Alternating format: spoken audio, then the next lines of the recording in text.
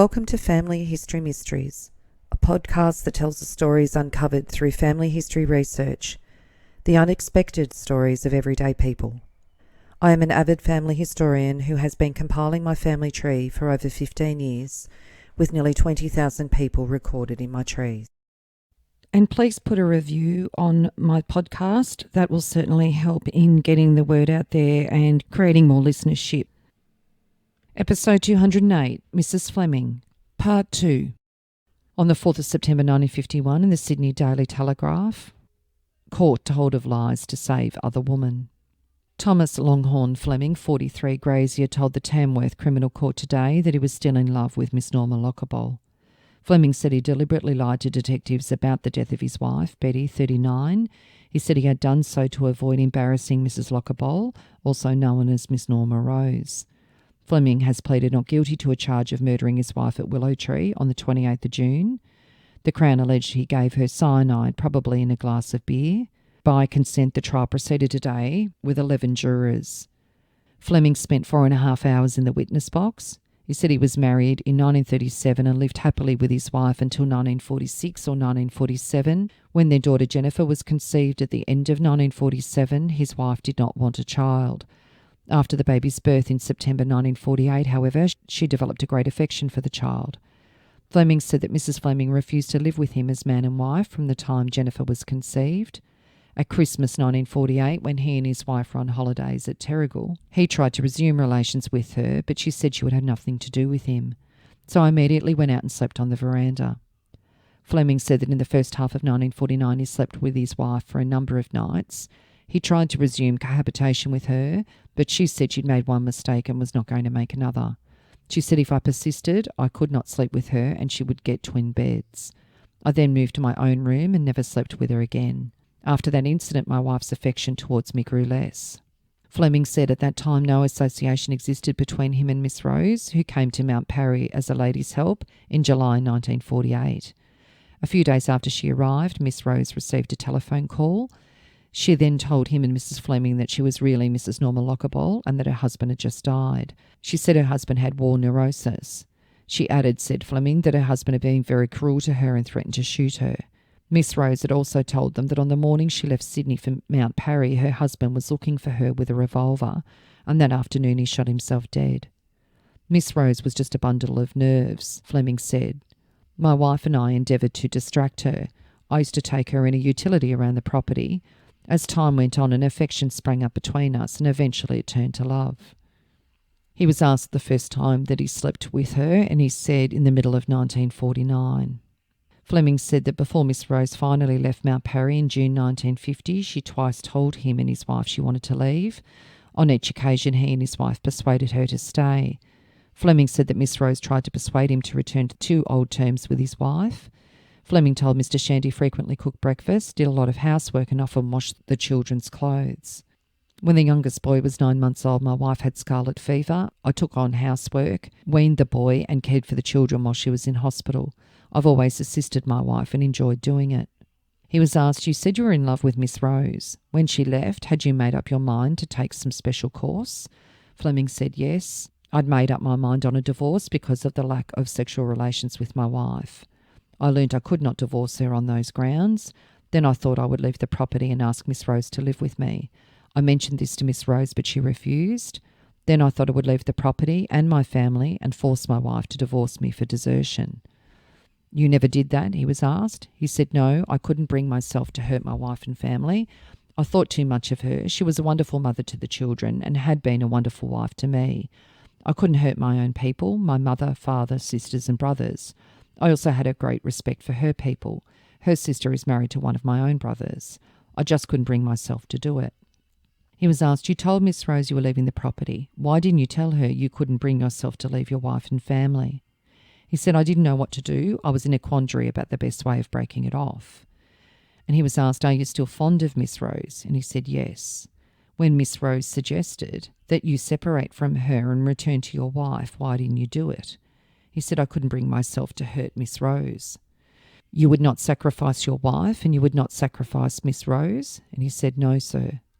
Fleming said that when he purchased cyanide from Mr. Davies, the Corinthi chemist, on the 24th of July 1950, he placed it in the bookcase in his office where anyone could see it. 4 days after I bought it, I opened the tin to see what form of cyanide it was in. I think my wife was there, but I cannot remember. I told my wife I intended to fumigate the silos the following day and asked her to not let the children go to the silos. I used all the cyanide, destroyed the tin and threw it in the creek. Fleming said in October 1950 his sister, Mrs. Babbage, and her husband visited Mount Parry. At afternoon tea, a bag of minties spilt on the kitchen table. My sister went to pick them up, but Bet said, "Leave them, Tom will pick them up," which I did. I attached no significance at all to that. I did not remember the incident until 3 weeks ago in Long Bay Jail. Fleming said that on the 28th of June, Mrs. Fleming did not tell him she was going to make her will, or that she had seen her solicitors in an endeavour to make a will. Easily 12 months ago, she asked me about making a will. My advice was that she should leave everything to the children, as I already had property. Fleming said that he did not know that on the 15th of February, Mrs. Fleming called on Mr. Thomas, a Corinthi solicitor. He said he knew Miss Rose kept the 99 letters he wrote her. Mr. Shand asked, between the time your wife died on the 28th of June and the police visit to Miss Rose on July 13th, did you communicate with Miss Rose and endeavour to get her to destroy the letters? Fleming said, "No, sir." "Have you had any communication with Miss Rose since your wife died?" He said, "None whatsoever, and that includes up to today." "Had you anything to do with your wife's death?" He said, "No, sir." "Do you know anything about the 3 poisoned minties the police found in your poison cupboard?" "Nothing whatsoever." Fleming said that until he heard the entries read at the inquest, he did not have the slightest idea his wife had a diary or that she was in the state of mind that the entries indicated. "She gave me no indication she was feeling that way. We used to have our meals together, and nearly every night I used to take supper to her. We always had a glass of sherry together before dinner at night." He was asked, apart from the fact that you were not living as man and wife and you were in love with someone else, was there anything unusual in your outward life with your wife?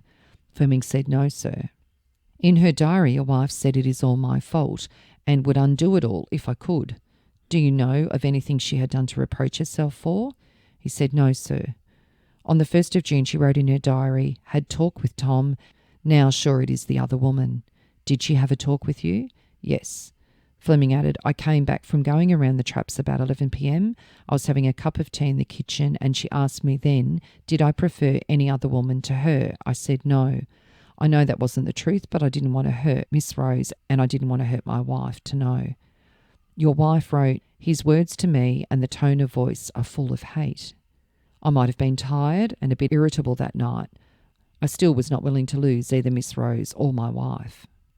2 days later, she wrote in her diary, "Tom admits friends in Sydney and pleasures." Fleming said, "We had a long conversation that night. Bet said to me she thought I was spending too much time in Sydney. I said I did not have any social life at Mount Parry and kept my nose pretty close to the grindstone all the time I was home. I said I admit friends in Sydney. When I go down there on business, I combine pleasure with work. I go out to the theatre with friends down there and occasionally go to nightclubs." Bet said, "It must be costing you a lot of money." And I said, "I do not know. I do not get any outside enjoyment when I am at home, so I make my trips to Sydney a holiday." Fleming told Mr. Shand that his wife gave him no other reason for denying sleeping with him other that she did not want to risk in becoming pregnant. Mr. Shand asked, "You know no reason why she should write. I realise what a stupid, senseless fool I am. You are not blaming her for anything?" He said, "No." "Did you ever say to her, 'good riddance'?" He said, "No, definitely not." Fleming said the entry in his wife's diary, "Asked Tom something late at night. Tom said no," referred to an occasion when Mrs. Fleming asked him if he would stay with Miss Rose during a trip to Sydney. Fleming said that when he wrote to Miss Rose on the 7th of April 1951, "You are all I want, even if it means I have to make a fresh start from the bottom, not where I am now," meant leaving his wife, family and property and starting afresh with Miss Rose. He said it had never entered his head to do away with his wife. He admitted having written to Miss Rose about assisting her to select her trousseau and of a honeymoon. He told Mr. Shand that in a letter to Miss Rose he accused his wife of keeping the children away from him. He meant that his wife carried Jennifer to bed past him without asking Jennifer to say goodnight. Fleming said he kept all Miss Rose's letters up to the 1st of June when his wife spoke to him about his association with Miss Rose, and the next day he burnt the letters and all the photographs of Miss Rose. Mr. Shand asked, "How were you feeling on the 28th of June, the day your wife died?" Fleming said, "I was feeling wretched with the flu." Fleming told the active Crown prosecutor that he destroyed his photographs of Miss Rose late at night on the 2nd of June because he did not want his wife to see them. He said the secret hiding place for the photographs, to which he referred in one of his letters to Miss Rose, was in his wallet. Mr. Hamsberg asked, "Do you seriously tell the jury you destroyed the photographs of the woman you love for fear of your wife finding them?" Fleming said yes. "How many photos did you have?" He said, "I can't remember." "You intended to break with Miss Rose on the 2nd of June?" He said, "I hadn't thought very much about it then. I knew I would have to do it in the end." "But isn't the 2nd of June the very same day you wrote to Miss Rose? Why did you spoil your nice letter with the last page?" "No, dear, I am not frightened and never have been. I am not hiding anything from you. As for me, not considering you, darling, you probably deserve more consideration than I give you anyway." "Were you trying to break with Miss Rose then?" He said, "I couldn't bring myself to hurt Miss Rose." "So you continued to deceive her?" He said, "I did, sir." "Continued to deceive her up to the moment of your wife's death?" He said, "I do remember saying this, darling, I love you too much." "When you wrote that, you were still trying to break with her?" "All my letters were on very affectionate terms. I couldn't bring myself to break off right away. I was wondering how I could break it off." Fleming said that when he wrote to Miss Rose 20 days before his wife's death, that she meant more to him than anything else in the world. It was a lie. "Do you tell the jury you were not in love with Miss Rose on the 8th of June?" "I was still in love with her." "Are you still in love with Miss Rose?" He said, "No." "When did you cease to be in love with her?" He said, "After my wife's death." "But after the 1st of June, you had ample opportunity of writing to Miss Rose, saying that in fairness to her and your wife, you were breaking it off with her." He said, "I had been a heel to one woman, my wife."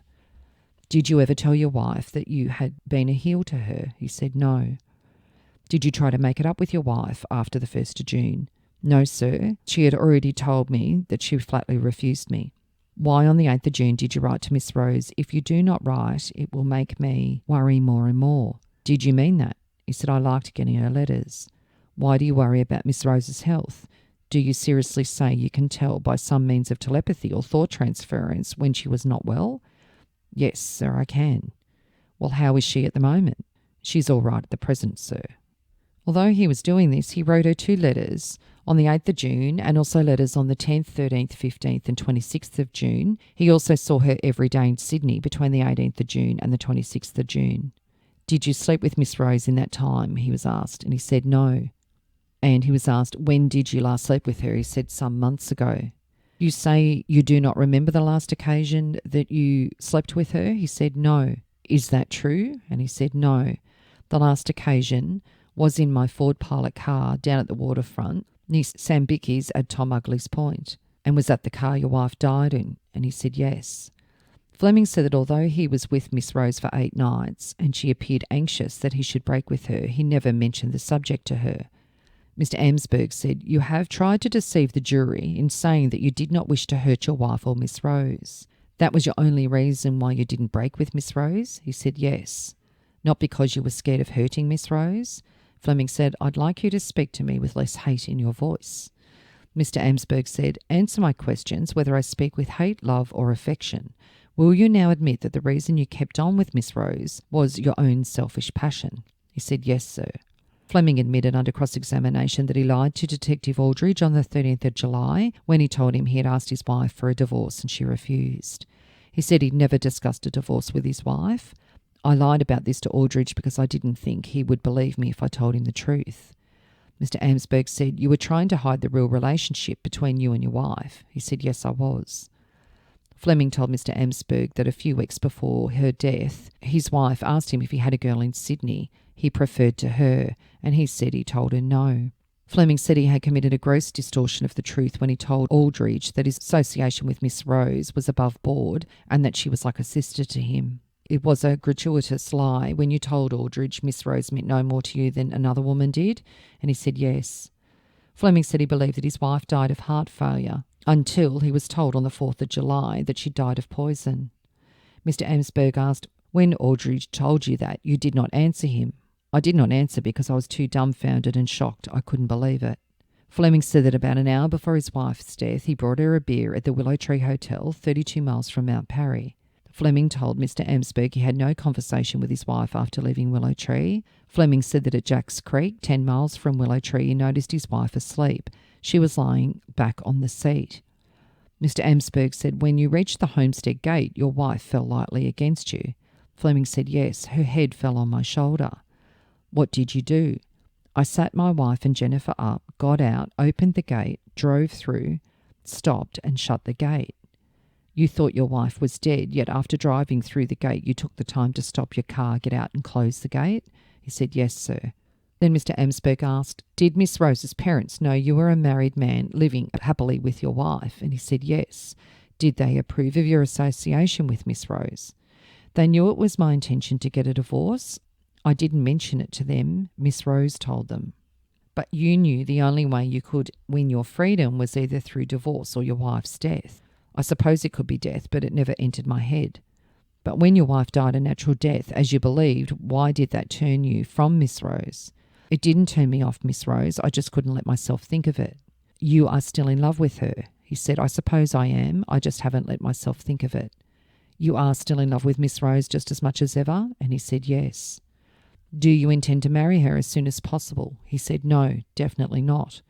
Why didn't you continue to write to Miss Rose? Because I've been too cut up. In your letters just before your wife's death, you expressed extreme anxiety to marry Miss Rose. Why didn't you take steps to find out about a divorce or about how long it would take you to secure a divorce? And after a long pause, he said, I don't know.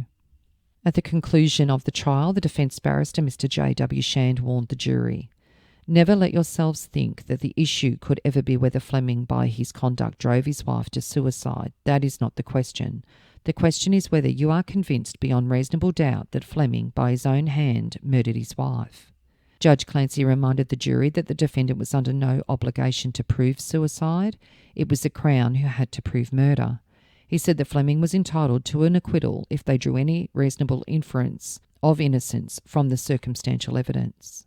After a 9-day trial, the jury retired to consider their verdict. They deliberated for a little over 5 hours, from 4:15 till 9:30 p.m, and returned a verdict of not guilty. Following the acquittal, Norma Lockabell became the target of public outrage. On the 9th of September 1951, in the Brisbane Sunday Mail, a piece was published after speaking with her father. Mrs. Lockabell has locked herself away from neighbours and inquirers at her parents' Hurlston Park home, according to her father, Mr. Claude Rose. My daughter is exhausted and fed up, Mr. Rose said yesterday. She wants nothing but rest. She wants to forget. Mr. Rose said that his daughter had received many letters, most of them anonymous. Those scandal-mongering letter writers don't seem to understand that my daughter does not read the letters. I open them all myself. A few days before Christmas in 1951, so a couple of months after the acquittal, Fleming purchased a famous horse stud called Tarwin Park at Bylong. He handed Mount Parry over to his brother Joseph, and he intended to convert his new property to a cattle stud. On the 23rd of December in the Sydney Truth, stud property changes hands. Of considerable interest in the district was the visit a few days ago of Mrs. Norma Lockabell of Mount Street, Hurlston Park. Mrs. Lockabell inspected Mr. Fleming's luxury estate and was introduced by the owner to neighbours. Tarwin Park is a 14-room stone homestead surrounded by a well-kept garden and 1,840 acres of rich grazing land. It is situated in an isolated valley 36 miles from the nearest town of Rylstone. On the 31st of January 1952, 7 months after his wife Betty died, Tom Fleming married Norma Lockabell. The article says marries again.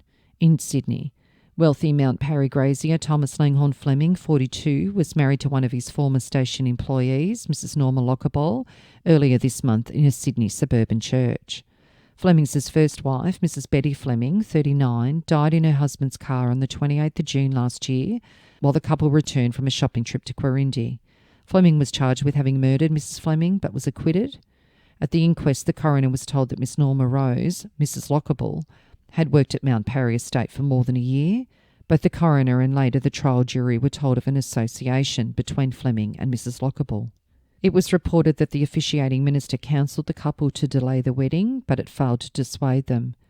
On the 27th of January 1952, in the Sydney Truth, naturally I'm very happy, and so are my 4 children. They, like me, all adore my wife as she does them. You know, they worship the ground she walks on. I am not going to tell you where we were married or when. That is our secret. But I will say this. I'm looking forward to great happiness in the days ahead with my wife and children. He added that his wife would gradually refurnish and redecorate several of the rooms at Tarwin Park.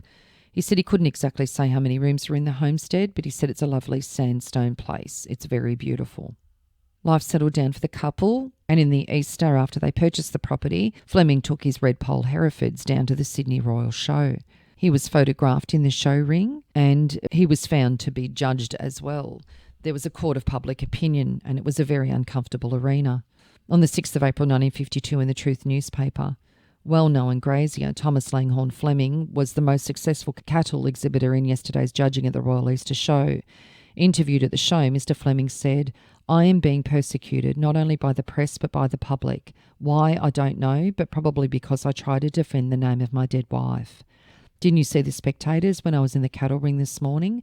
The whispering and the pointing? I'm tired of this. When will they leave me alone? I suppose it's because I tried to defend my dead wife. I could have said a lot more, but I refrained for her sake." Interestingly, the name of the champion cow that Fleming exhibited on that day was called Mount Parry Betsy. So I'm sure the onlookers would have noticed the name that he called this particular Red Bull. He did not exhibit at the show in the following year. On the 23rd of October 1952, the Sydney Morning Herald reported that Betty Fleming's estate had been finalised. Because she had died intestate, 1/3 of the £7,500 she left went to her husband. 2/3 was divided between the 4 Fleming children. Thomas Langhorne Fleming died on the 26th of February 1993. Probate was granted on his estate in October 1993, and Norma died in 2001. So it seems, despite public opinion, they enjoyed a long and happy life together. Tom and Betty's children. The firstborn was Timothy. He was born in 1938, but I'm unable to find any further information on him. The second child was Bruce Adrian Mackay Fleming, who was born on the 22nd of May 1941 at Quirindi. He married Beverly Doreen Brown in 1963 at Mudgee, and they had 4 children. In 2022, Bruce wrote down his life memories. And an excerpt of that says, "I vividly recall the night Mum died, Dad coming in from the car carrying baby Jennifer and telling our help lady that Betty is dead, put the children to bed. During the night I woke to find Dad in Tim's bed beside me and wondered why. So with torch in hand I crept into their bedroom to investigate, finding a burly big policeman sitting on a chair next to the bed, head down and snoring away, with Mum lying on the bed and covered with a sheet. Curiosity satisfied, and I silently crept back to bed. All of this was only 5 weeks after my 10th birthday. Come morning, Uncle Joe and Auntie Nan came across from Aberdeen to collect us, to take us back to their place where we would live for the next 6 months. After my mother died, we moved to Tarwin Park, Bylong, in a beautiful large sandstone residence. After school finished, 2 years was spent working for Dad on the property at Tarwin Park, and in 1960 I found employment with the Royalstone Shire Council as a grader offsider. From the Shire I went to the office of Cando's Cement Company, and in June 1962 trained through to be the store-to-chief clerk in charge of the office while studying accountancy. Then in January 1976 I was appointed to take over as the accounts manager with both Candos Cement Company and Candos Collieries for 13 years. After 27 years, I moved to Ferrero Manufacturing at Lithgow as an accounts manager and travelled to many overseas countries, including Italy, Hong Kong, Amsterdam, Belgium, Luxembourg, London, and I visited Scotland, where my mother's ancestors came from.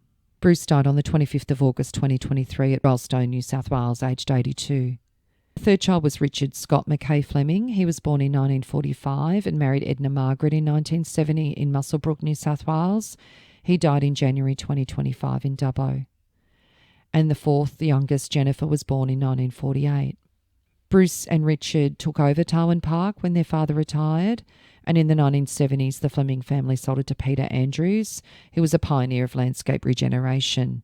And Tarwin Park is currently owned by a Korean mining company, KEPCO, and is under threat from open-cut coal mining.